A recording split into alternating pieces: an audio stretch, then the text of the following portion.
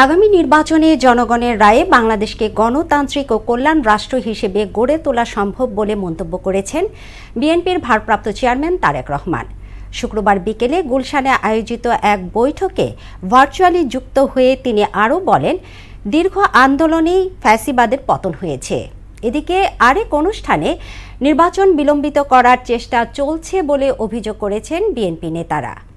তানজিদ ভূঁইয়াকে সঙ্গে নিয়ে আরও জানাচ্ছেন সুরাইয়া মুন্নি।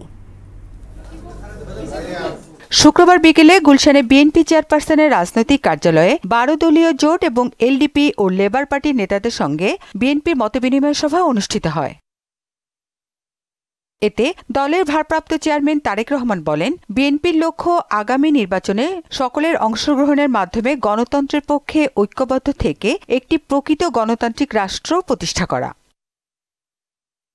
এদিকে জাতীয় প্রেস ক্লাবে এক আলোচনা সভায় বিএনপি স্থায়ী কমিটির সদস্য হাফিজউদ্দিন আহমেদ বলেন, অন্তর্বর্তী সরকারের কয়েকজন উপদেষ্টা ও 2-1টি রাজনৈতিক দল নির্বাচন বিলম্বিত করতে পিআর পদ্ধতির দাবি জানাচ্ছে। বাংলাদেশের মানুষ এতদিন যাবৎ ভোটই দিতে পারে নাই।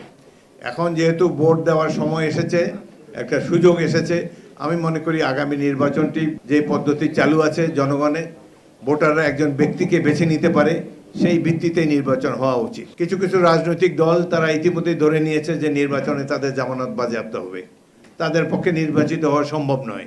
সুতরাং এই নির্বাচনকে বিলম্বিত করার জন্যই তারা পিআর সিস্টেমের কথা বলে। প্রেস ক্লাবে জাতীয়তাবাদী নবীন দলের আলোচনা সভায় অংশ নিয়ে বিএনপি চেয়ারপারসনের উপদেষ্টা জয়নুল আবেদিন ফারুক অভিযোগ করেন, প্রশাসনের অনেক কর্মকর্তা নির্বাচন বানচালে ষড়যন্ত্র করছে।